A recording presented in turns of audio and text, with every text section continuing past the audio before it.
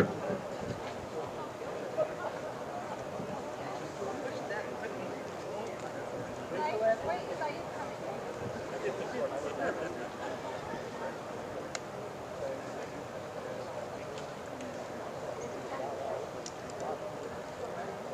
morning, ladies and gentlemen.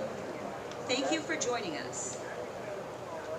30 years ago today, on June 25th, 1996, a terrorist bomb exploded outside the northern perimeter of Khobar Towers, Bahrain, Saudi Arabia, a facility which housed United States and Allied forces supporting the coalition operations over Iraq. Today, we gather to commemorate the lives of 19 brave warriors, including 12 valiant nomads who made the ultimate sacrifice defending our freedom during the attack. I'm Master Sergeant Courtney Chapa from the 33rd Fighter Wing Public Affairs Office, and I will be your narrator for today's remembrance ceremony.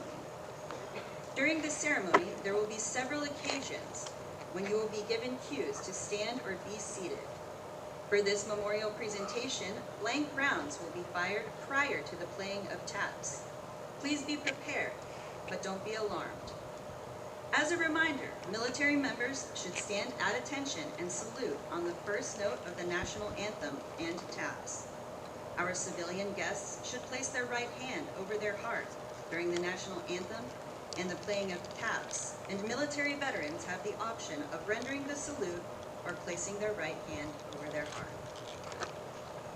Ladies and gentlemen, please stand for the presentation of the colors by the Eglin Honor Guard and the playing of the national anthem by Khobar Towers survivor, nomad, and guerrilla, Master Sergeant Retired Tori Hardy. We also invite you to remain standing for the invocation by Chaplain Joshua Brooks.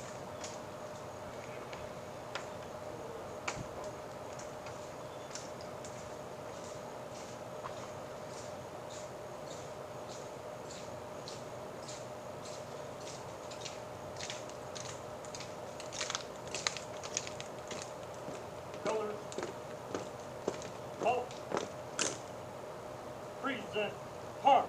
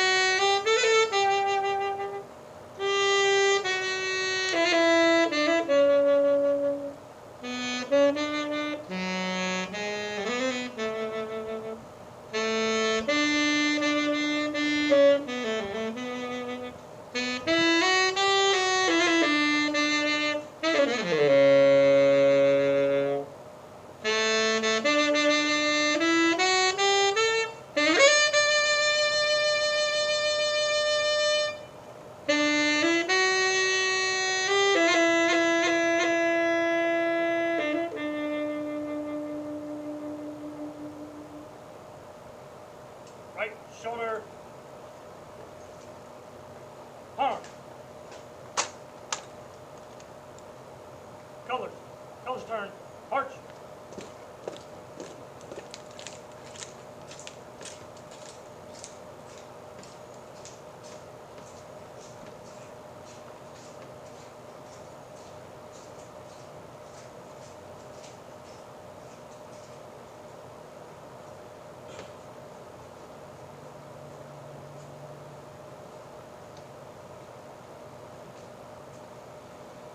Let us pray.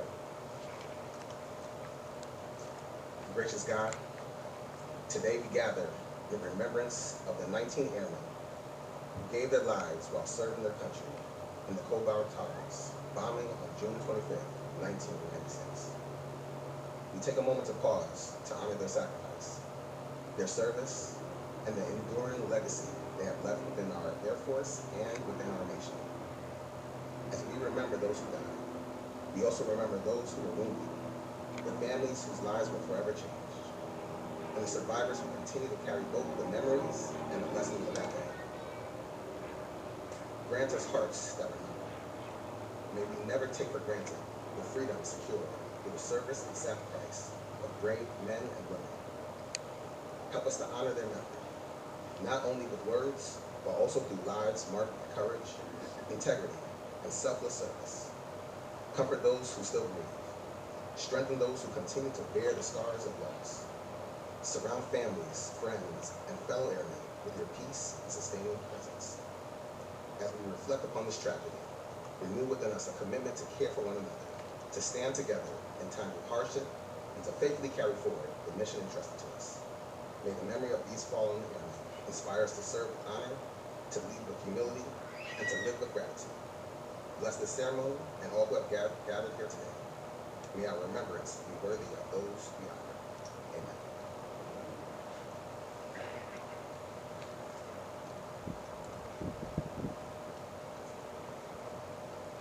Thank you, Eglin Honor Guard, Master Sergeant Retired Hardy, and Chaplain Brooks. Ladies and gentlemen, please be seated. We would like to take a moment to thank all family members and friends, as well as the survivors of the Khobar Towers tragedy who are in attendance at today's ceremony. If you are a family member, loved one, friend, or co-worker of any of the 19 airmen we lost 30 years ago today, we invite you to stand or raise your hand at this time and be recognized. Additionally, if you are a survivor of the Khobar Towers attack, we invite you to stand or raise your hand so we may honor you for your service and sacrifice.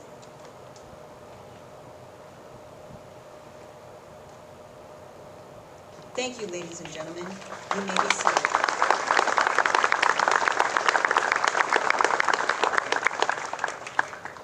We truly appreciate your attendance. It is an honor to have you here with us today. Your loved ones will never be forgotten. They will always hold a special place in the hearts of the Nomad family.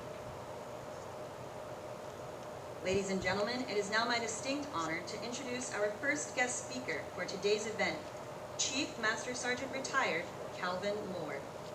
Chief Lord entered the United States Air Force in 1973, embarking on a distinguished 27-year career of dedicated service, resulting in multiple awards to include a Bronze Star. In 1995, as the 58th Fighter Squadron Maintenance Superintendent, he led the guerrillas to Saudi Arabia in support of the Operation Southern Watch No-Fly Zone. In 1996, Chief Lord was reassigned to the 33rd Operations Group as the OG Maintenance Superintendent. Chief Lord knew all 12 of our fallen nomads. Ladies and gentlemen, please welcome Chief Master Sergeant Retired Calvin Lord.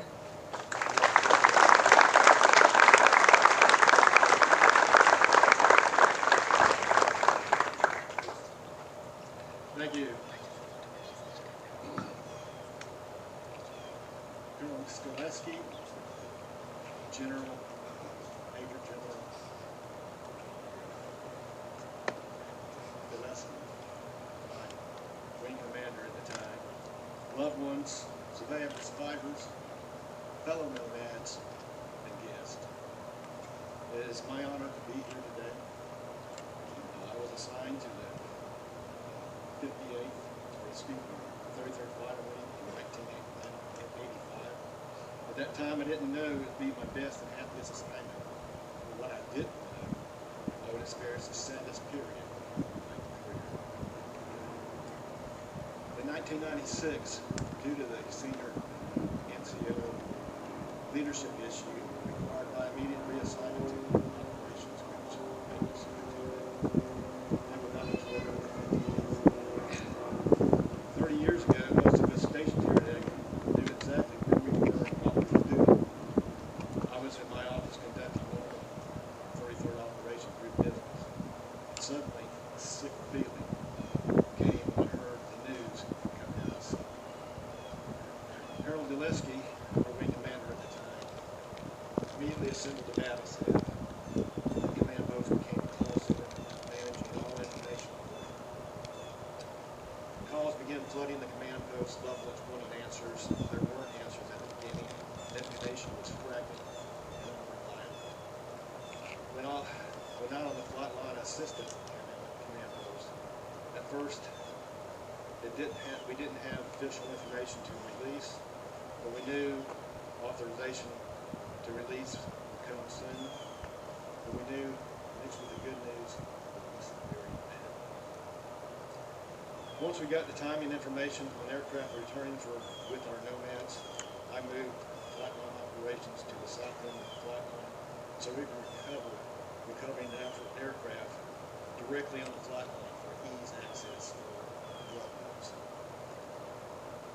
That day, aircraft started arriving. There were very happy families waiting impatiently for our nomads to arrive.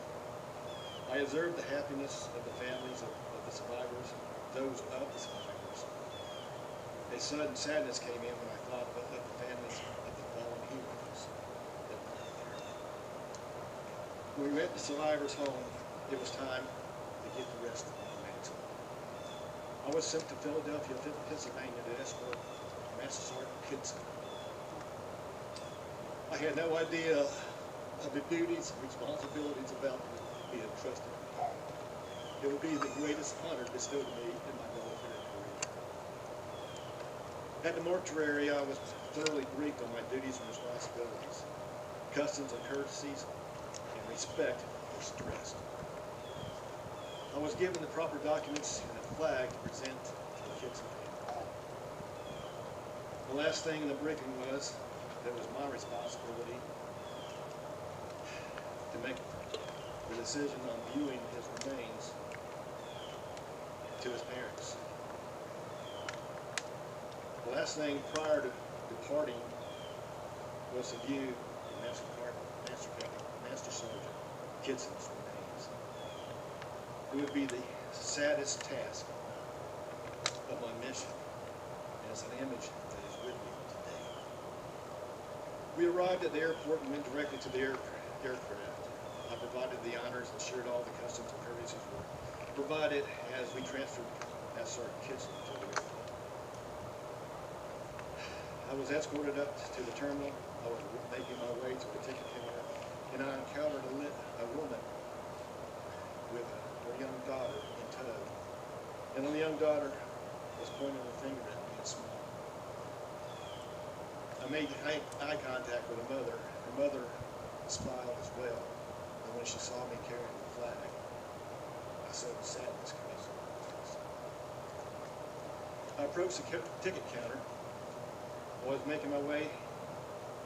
Well, I was escorted up to the terminal. I was making my way to the ticket counter. Excuse me. I approached the ticket counter. I was greeted with the usual welcoming smile that changed to a comforting, professional expression by the attendant.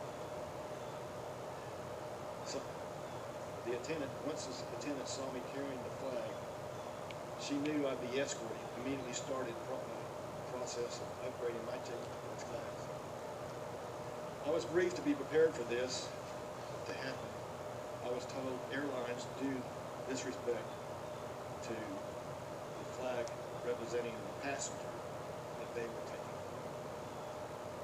We encountered weather delays all day, and we arrived in Memphis, Tennessee late. Due to all the delays, it appeared that the crew was out of crew rest, and Master Sergeant Kitson and I would be spending the night. I was escorted to the tarmac where I made arrangements for Master Sergeant Kitson and myself. I briefed the senior maintenance supervisor of the situation and what I needed. He told me to give him a few minutes. 30 minutes later, he told me we would be getting Master Sergeant Kitson. The airline found a crew that could make the flight on a prior service pilot. He was an Air Force pilot. As we taxied out, he announced over the intercom that they were carrying a special mask. He instructed everybody on board to look out for the aircraft's left windows. Lining the taxiway and the runway for takeoff, there were over 50 maintenance vehicles with personnel standing by the scene. The next day, I met with Master Sergeant Kids' family. They were a very private family and wished to keep everything discussed private. This closed the saddest period of my military career, but it doesn't take much to remind me of the period, as the same it does for most of you. This day in June, as it has been for 30 years, will always be with us. For some of us, there's a hole in our heart. For those we lost, that will never heal. For others, there are scars that will be with us the rest of our lives. As I was wondering how to close, I just decided to say, God bless you. God bless the United States Air Force and our country. And God bless the flag and all the good things it stands for. Thank you.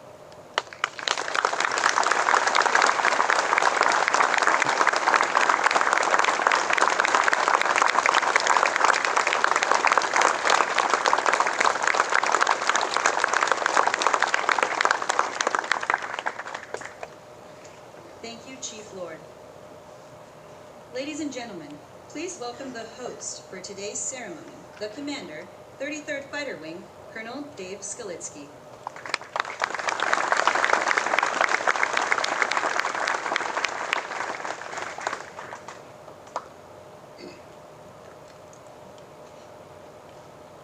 Good morning. Lieutenant General Quinn, Chief Bickley, General Harigian, Major General Dulesky, Chief Lord, distinguished visitors, men and women of the 33rd Fighter Wing, the 58th Fighter Squadron, and our most honored guests, the families and survivors who are here with us today. Welcome. Now, a lot of us in the 33rd, we walk or drive by this spot almost every day. In the hustle and the bustle on the way to work, amongst all the operational things that we have going on, we don't always stop. But today we do. Today we gather in front of this stone to honor those we lost 30 years ago in the Khobar Towers tragedy. To truly understand what it means to be a nomad, you have to understand something about Khobar Towers. It's wound into the very fabric of the 33rd Fighter Wing and woven into the legacy of the 58th Fighter Squadron. You have to understand the history and the hallowed grounds that we're on now. You see, 30 years ago today, everything changed for this wing. Now, I've tried to grasp what happened that day. I've read several books. I've reread them. I've read the first-hand accounts, the histories. I've spoken with so many of you survivors that come here each year, with the families, with the supervisors, the former commanders, and everyone. And I'm still not sure I fully grasp the entire event. See, in the midst of 1996, when the 58th was deployed for Operation Southern Watch, they were enforcing the no-fly zone, and they were just days before redeploying home back here to Eglin. And for those who have never been on a Middle East flight line or weren't there, you have to understand something about the reality that our airmen face on those ramps and on those flight lines over there. Think about the most intense heat. We're very thankful for the cloud cover that we have here today. But think about the most intense heat we face here in Florida under the unrelenting sun and the heat and humidity, now at 35 degrees on top of that.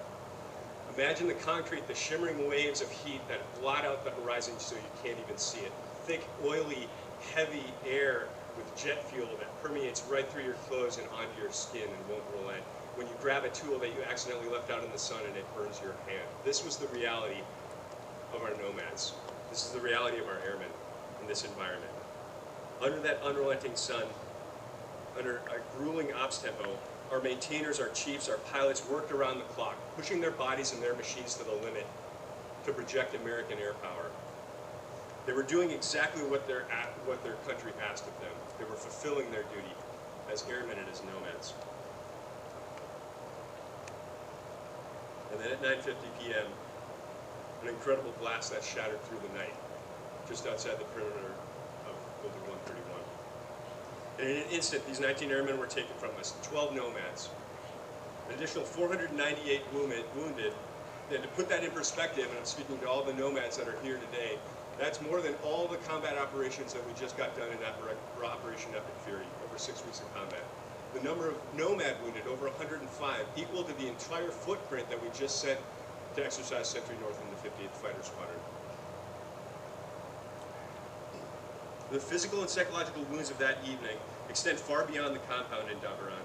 They rippled across Eglin and across this wing, and across our entire Gulf Coast community. And today we are incredibly humbled to share this moment with the families who bore the absolute heaviest burden and cost of that tragedy. 30 years is an entire generation, but we know that 3 decades doesn't erase anything. It doesn't fill the empty spaces that are left behind from fathers and sons and brothers, husbands and co-workers. We cannot replace what was taken. But we can do this. We can promise that the nomads in the 33rd Fighter Wing and in every generation that follows, we will continue to speak their names. We will continue to push their legacy forward. In the hangars behind me, on the flight line, in the spirit of every nomad you see before you today, they will never be forgotten. The enduring promise, that enduring promise, is reflected in the steel and stone that stands before us. Just prior to this ceremony on the 30th anniversary, airmen from the 33rd Maintenance Group took it upon themselves to reforge the stainless steel blade of the sword you see before you. They cut 19 perfect holes in an otherwise impenetrable surface, so that that flame will continue to burn bright and never extinguish. It will burn continuously and without interruption. It stands today as an unyielding testament, forged in fire, to our commitment to honor those heroes. And sitting among us today are so many incredibly resilient survivors who lived through that fateful night. Nomad alumni who walked out of the glass and the rubble in the midst of chaos and uncertainty of a second attack. The response was not to freeze. It was not to flee. It was to act. They did what needed to be done for those who couldn't help themselves, embodying the absolute truest sense of courage and of putting service before self. We remember the actions of several nomads like Tech Sergeant George Burgess and Staff Sergeant Eric Ziegler.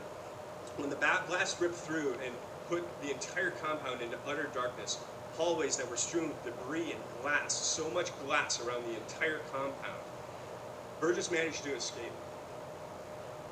But hearing the calls of other airmen above from a broken out window, he went back inside, over the glass, through the dark hallways. And he helped his fellow airmen to safety, as did so many others. They went back inside and kept going in, searching floor by floor to make sure they took care of all the wounded.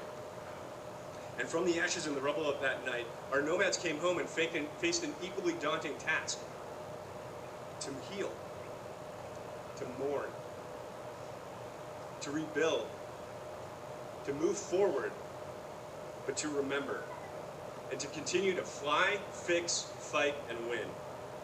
They honored the fallen the only way the nomads know how, by continuing to execute their mission with excellence.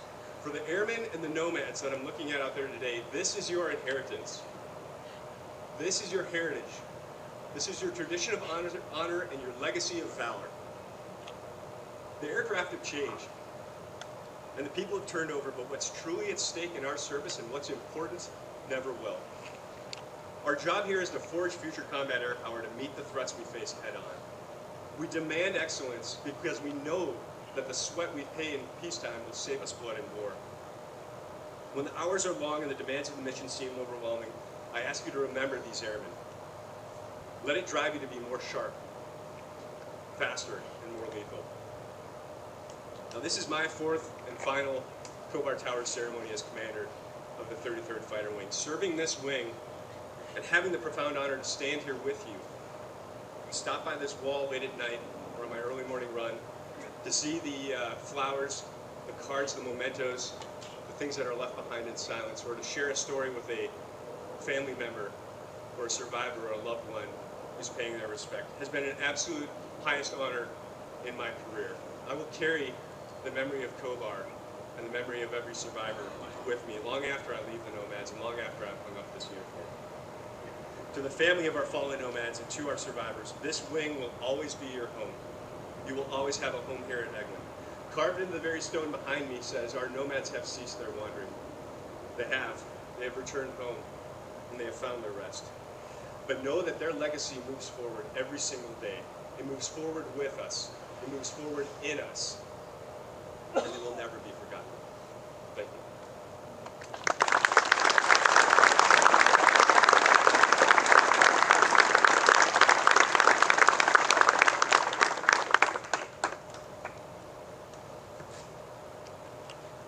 Thank you, Colonel Skilitsky.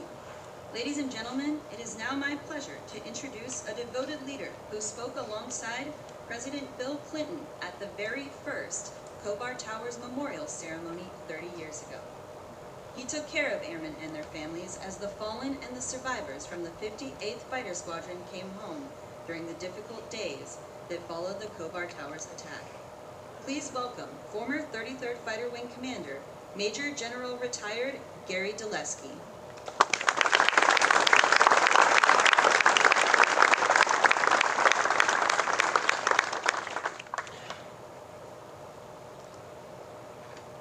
Well, good morning. 30 years. That's amazing. I'm talking to many of the people in the wing headquarters a few minutes ago that is a universal thought. 30 years, it can't be 30 years. But 30 years ago tonight, the lives of hundreds of airmen and their families changed forever.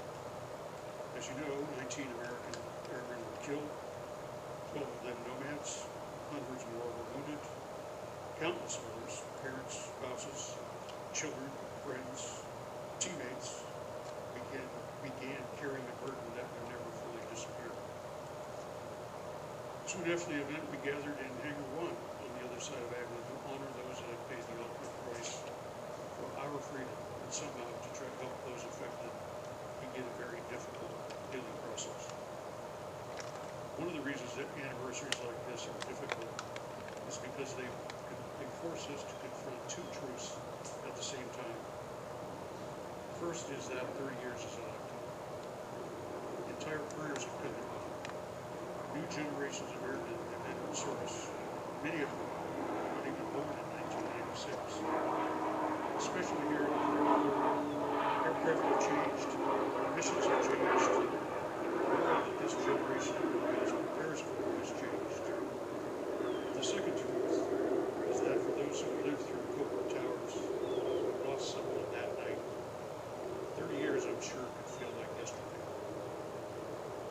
Today, of course, is also not simply about remembering an event. It's about remembering people.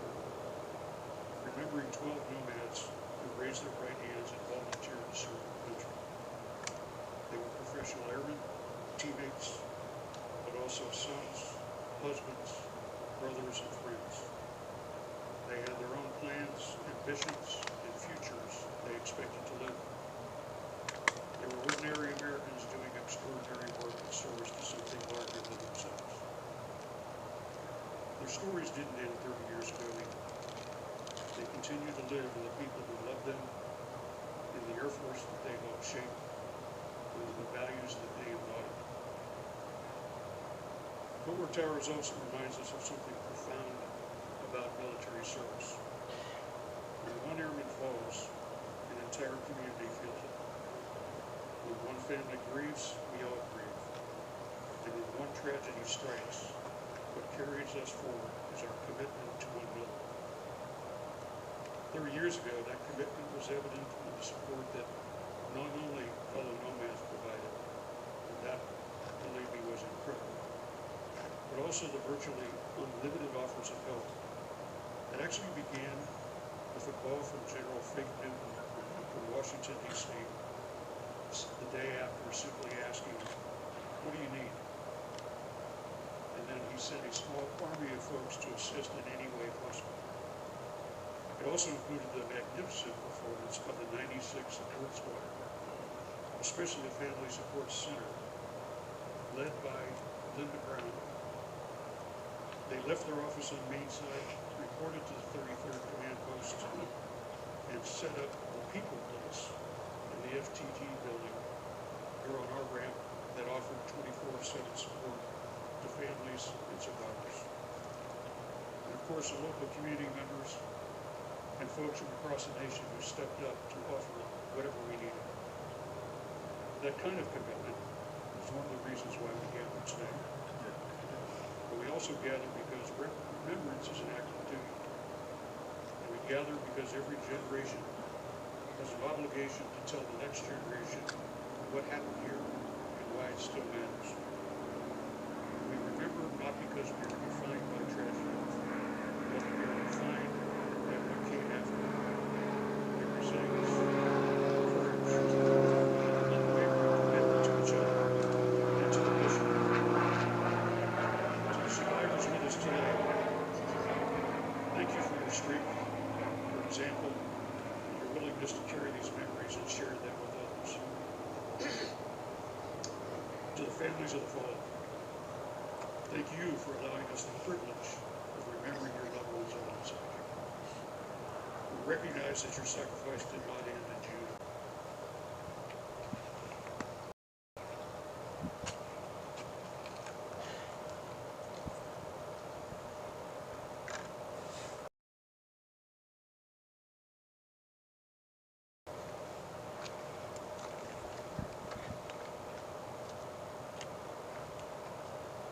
Sergeant Daniel Khobar.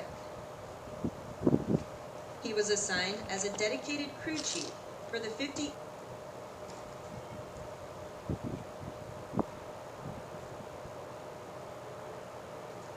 Airman First Class Peter Morgera, New Hampshire. He was a reliable and hard-working professional.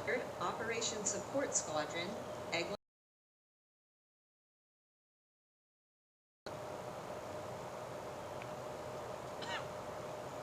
Jeremy Taylor, Rose Hill, Kansas. He was very close to his 33rd Maintenance Squadron, Eglin Air Force Base, Florida. He enjoyed boating, fishing, and playing volleyball. Boating, fishing, and playing volleyball. He was Florida.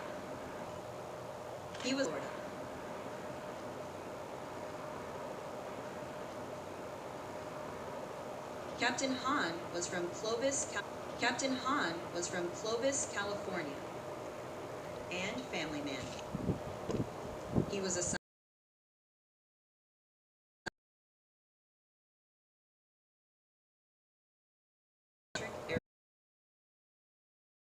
Air Force Base, Florida. Air Force Base, Florida.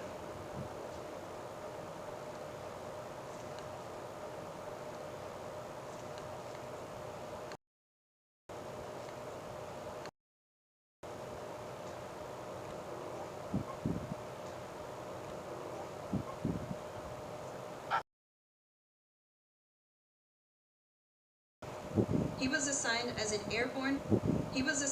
an airborne communications and electronics system technician.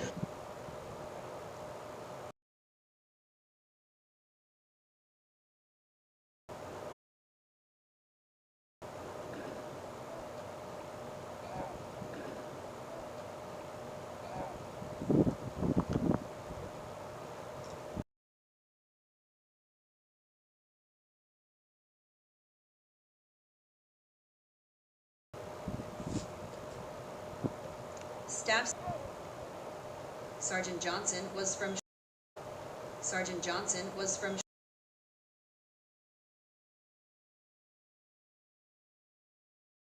name KJ. He was passionate about flying.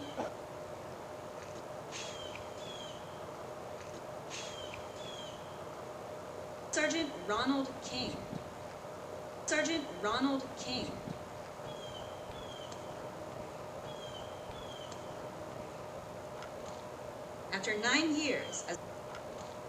After 9 years as a reprographics technician, he cross-trained.